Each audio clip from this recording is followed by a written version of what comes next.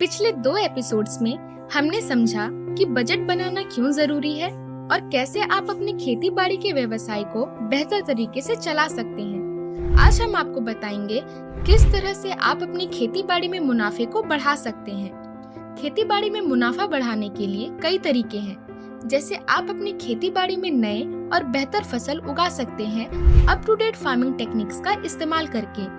फसल के प्रकार में विस्तार करके आप अपने व्यवसाय में और भी आय को बढ़ा सकते हैं। आप सस्टेनेबल फार्मिंग प्रैक्टिसेस का इस्तेमाल करके भी अपनी खेती बाड़ी को इको फ्रेंडली बना सकते हैं। इन तरीकों से आप अपने खेती बाड़ी में मुनाफा कमा सकते हैं, लेकिन खेती बाड़ी में असली मुनाफा तो फसलों को बेचने से ही आता है और इसके लिए आपको अपनी खेती बाड़ी के ट्रेडिशनल फसल बेचने के तरीके से बाहर निकलना होगा।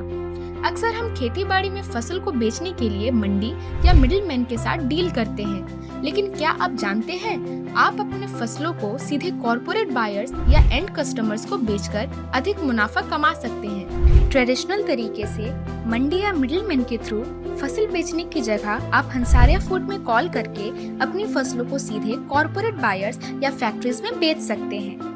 इससे आपकी समय की बचत होगी और आपको दुगना मुनाफा भी मिलेगा।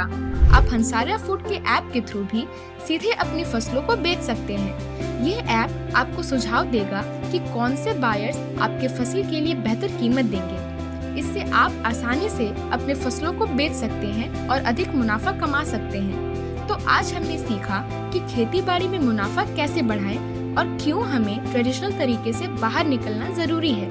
अब आप तैयार हैं अपनी कमाई को बढ़ाने के लिए।